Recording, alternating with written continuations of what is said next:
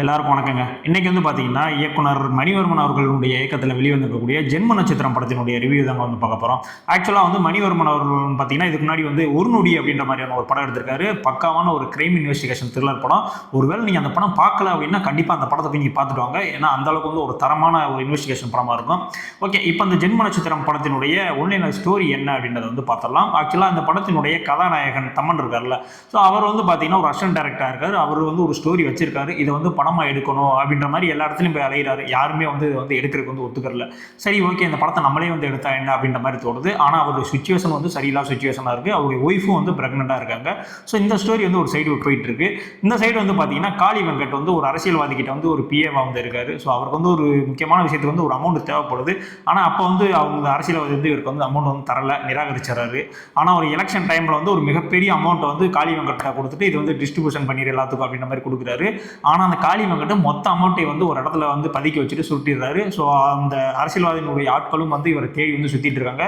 ஒரு சுச்சுவேஷனில் வந்து காளி வெங்கட்டை வந்து குத்திரும் குளருமா வெட்டியே போட்டாங்க. ஆனால் அந்த வெட்டி போட்டவர் வந்து பார்த்தீங்கன்னா கரெக்டாக நம்ம ஹீரோ தமனுடைய வீட்டு வாசலில் போய் விழுகிறாரு. ஸோ அப்போ வந்து கதாநாயகி கேட்கும் போது தான் சொல்கிறாரு, இந்த மாதிரி ஒரு இடத்துல வந்து இந்த மாதிரி ஒரு அமௌண்ட் வந்து நான் வச்சிருக்கேன், நீ போய் எடுத்துக்கலாம் அப்படின்ற மாதிரி சொல்கிறாரு. ஸோ இதுக்கப்புறம் படத்தில் என்னெல்லாம் நடந்துச்சு அப்படின்றதான் வந்து இந்த படத்தினுடைய கதை. இப்போ அந்த படத்தினுடைய பாசிட்டிவ்லாம் என்ன, நெகட்டிவ்லாம் என்னன்னு பார்த்தலாம். படத்தினுடைய மிகப்பெரிய பாசிட்டிவ் சவுண்டும் அந்த பேக்ரவுண்ட் மியூசிக் தாங்க. ஆக்சுவலாக வந்து இது யார் பண்ணியிருக்காங்க மியூசிக் வந்து பார்த்தீங்கன்னா, சஞ்சய் மாணிக்கம் அவர்கள் வந்து பண்ணியிருக்காரு. ரொம்பவுமே வந்து ஒரு இது ஒத்தா இருந்துச்சு. ஒரு ஹாரர் ஃபிலிமுக்கான என்ன ஒரு எஃபெக்ட் வேணுமோ அந்த மியூசிக்கில் வந்து பக்காவாக வந்து கொடுத்துருக்காரு. எனக்கு தெரிஞ்சு இவங்க சீனில் பயன்படுத்தினதை காட்டிலும் இந்த மியூசிக் மூலிமா நம்ம பயந்தது தான் வந்து அதிகமாக இருக்கும். ஸோ அந்த அளவுக்கு வந்து மியூசிக் வந்து பக்காவாக இருந்துச்சு. ஓகே, அடுத்து வந்து நம்ம நெகட்டிவ்ஸ் வரலாம். என்னப்பா எடுத்தோடனே நெகட்டிவ்ஸ் இருக்குன்ற அப்படின்னோடனே மொத்தமே படத்தில் தான் பாசிட்டிவ், வேறு வந்து படத்தில் பாசிட்டிவே இல்லை அப்படின்னு தான் சொல்லுவேன். நெகட்டிவாக என்ன இருக்குது அப்படின்னு பார்த்தீங்கன்னா, படத்தில் மிகப்பெரிய நெகட்டிவ் எனக்கு தெரிஞ்சது இந்த படத்தினுடைய ஸ்க்ரீன் பிளே. அதாவது நீங்கள் வந்து இதுக்கு முன்னாடி ஒரு பக்கமான ஒரு கிரைம் இன்வெஸ்டிகேஷன் த்ரில்லர் படம் கொடுத்துருக்கீங்க. ஸோ உங்களை நம்பி தான் வந்து ஆடியன்ஸ் வராங்க. ஸோ நீங்கள் வந்து ஒரு ஹாரர் படம் அப்படி இப்படின்னு பில்டப் கொடுத்துட்டு போய் உட்காந்தோம்னா ஆக்சுவலாக நீங்கள் வந்து ஒரு இடத்துல கூட நீங்கள் பயப்படவே மாட்டீங்க. இது ஹாரர் படமா, ஹாரர் படத்தான் வந்திருக்கோமா அப்படின்ற மாதிரியெல்லாம் உங்களுக்கு தோணும். ஸோ அந்த அளவுக்கு வந்து ஒரு மொக்கையான ஸ்டோரி, ஒரு மொக்கையான ஸ்க்ரீன் பிளே தான் பண்ணியிருக்காங்க. ஸோ இது இன்னுமே வந்து பெட்டராக வந்து பண்ணியிருக்கலாம். ஏன்னா அந்த நான் சொன்னேன்ல ஒன்லைனே, ஸோ இந்த ஒன்லைனுக்குள்ளே எவ்வளோ ஸ்க்ரீன் பிளே பண்ணலான்றது உங்களுக்கு தெரியும். ஸோ அதை வந்து இன்னுமே வந்து பெட்டராக பண்ணியிருந்தாரு அப்படின்னா படம் வந்து வேற ஒரு படமாக வந்திருக்கும். ஆக்டிங்கில் வந்து பார்த்தீங்கன்னா ஹீரோ தமன், ஓகே, அவர் கொடுக்கப்பட்ட கேரக்டர் எல்லாமே வந்து பக்காவாக பண்ணிட்டாரு. வேளாராமமூர்த்தி அவர்கள் வராங்க. இந்த மாதிரி நிறைய வந்து இருக்காங்க. ஸோ எல்லாருமே வந்து அவங்களுக்கு கொடுக்கப்பட்டதை என்னவோ அதை மட்டும் கரெக்டாக வந்து பண்ணிட்டாங்க. எனக்கு மெயினாக வந்து என்ன டென்ஷன் அப்படின்னு வந்து பார்த்தீங்கன்னா, அந்த காளி வெங்கட்டும் முனிஷ்காந்த் அவர்களையும் வந்து இந்த படத்துக்கு வந்து எப்படி அக்செப்ட் பண்ணாங்க. ஆக்சுவலாக இவங்களாம் ரெண்டு பேரும் வந்து இவங்களோட ஆக்டிங்லாம் வந்து காளி வெங்கடனுடைய ஆக்டிங் வந்து இங்கே சூரிய ரிப்போர்ட் அந்த மாதிரி படத்தெல்லாம் பார்த்துருப்பீங்க. அது இல்லாமல் வந்து பார்த்தீங்கன்னா முனிஷ்காந்த் அவருடைய ஆக்டிங் ராட்சசன் படம் அந்த மாதிரிலாம் பார்த்துருப்பீங்க. ஸோ இவங்களாம் வந்து பெரிய ஆக்டர். ஸோ இவங்க வந்து எப்படி இந்த கதையை வந்து ஒத்துக்கிட்டாங்க, அவங்களுக்கு சரியான அந்த ஸ்கோப் இருக்குதா இல்லையா அப்படின்னு எதுவுமே வந்து யோசிக்கலை. ஆக்சுவலாக இவங்க வந்து டைரக்டர் வந்து இவங்களை யூஸ் பண்ணவே இல்லை அப்படின்னு தான் நான் வந்து சொல்லுவேன். ஸோ இவங்களாம் வந்து நடிச்சிருந்தாங்க, நல்ல ஒரு ஸ்கிரிப்டை வந்து செலக்ட் பண்ணியிருந்தாங்க அப்படின்னா அது வேற மாதிரி இருந்திருக்கும். எப்படி இதை ஒத்துக்கிட்டாங்க அப்படின்னே தெரியல. டோட்டலாக வந்து டேரக்டர் வந்து இவங்க ரெண்டு பேர்த்தையும் வந்து வேஸ்ட் பண்ணிட்டார் அப்படின்னு நான் சொல்லுவேன்.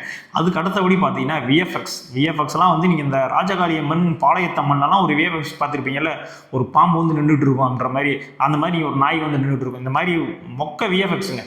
நீங்கள் வந்து ஒரு குழந்தை கூட கண்டுபிடிச்சிடும் இது வந்து விஎஃப்எக்ஸ் அப்படின்னு. ஒரு சில விஎஃப்எக்ஸ்லாம் பண்ணாங்கன்னா டோட்டலாக வந்து தெரியாது, விஎஃப்எக்ஸ்னே தெரியாத அளவுக்குலாம் பண்ணுவாங்க. ஆக்சுவலாக அந்த அளவுக்கு பண்ணலைன்னா கூட ஓரளவுக்கு நார்மலைஸ் ஆகாது இருக்கும்ல, இதில் அப்படியே பச்சையாகவே தெரியும் இது வந்து விஎஃப்எக்ஸ் போட்டு இப்படி மொக்க பண்ணியிருக்காங்க அப்படின்னு. ஸோ இது வந்து ஒரு ஹாரர் படம், பேய் படம். இன்னொன்று சொல்ல மாட்டேன், இந்த டைட்டிலே வந்து ஒரு எஃபெக்ட் கொடுத்துருவானுங்க. இந்த படம் வந்து நீங்கள் இதே பலவீனமானவர்கள்லாம் பார்த்தீங்கன்னா அவ்வளோதான்ப்பா அப்படி இப்படின்னு சொல்லிட்டு நிறையா வந்து பில்டப் கொடுத்துருப்பானுங்க. அப்படி ஒரு சீன் கூட கிடையாது. செகண்ட் ஹாஃபில் ஒரே ஒரு சீன், அது கூட அந்த மியூசிக்னால தான் நீங்கள் வந்து பயந்துருப்பீங்க ஒழிய அந்த அதெல்லாம் ஃபுல்லாக செட் போட்டு தான் எடுத்திருக்காங்க அந்த அரண்மனை மாதிரி அந்த இதுக்குள்ளே. ஏன்னா ஒரு சீனில் கூட உங்களுக்கு வந்து பயம் அந்த மாதிரி எதுவுமே வராது. அந்த மியூசிக் போட்டு ஒரு 2 இடத்துல வந்து உங்களுக்கு ஜக் ஆகும், அவ்வளோதான். மற்றபடி இதில் பேய் படம் யாரும் பார்க்கக்கூடாது, 16 வயசு 18 வயசு இதே பலமே அதெல்லாம் ஒன்றுமே கிடையாது.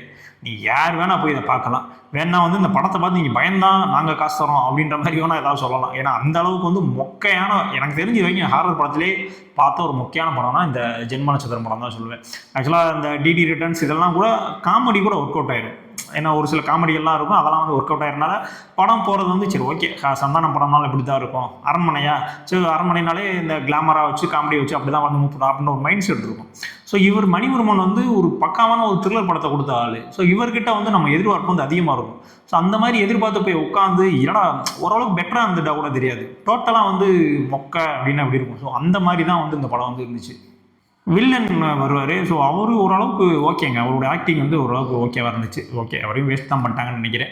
ஓகே இந்த படம் பார்க்கலாமா வேணாமா அப்படின்னு நினச்சிங்கன்னா எனக்கு தெரிஞ்சு இந்த படம் வந்து பார்க்குறது உங்களுடைய விருப்பம்.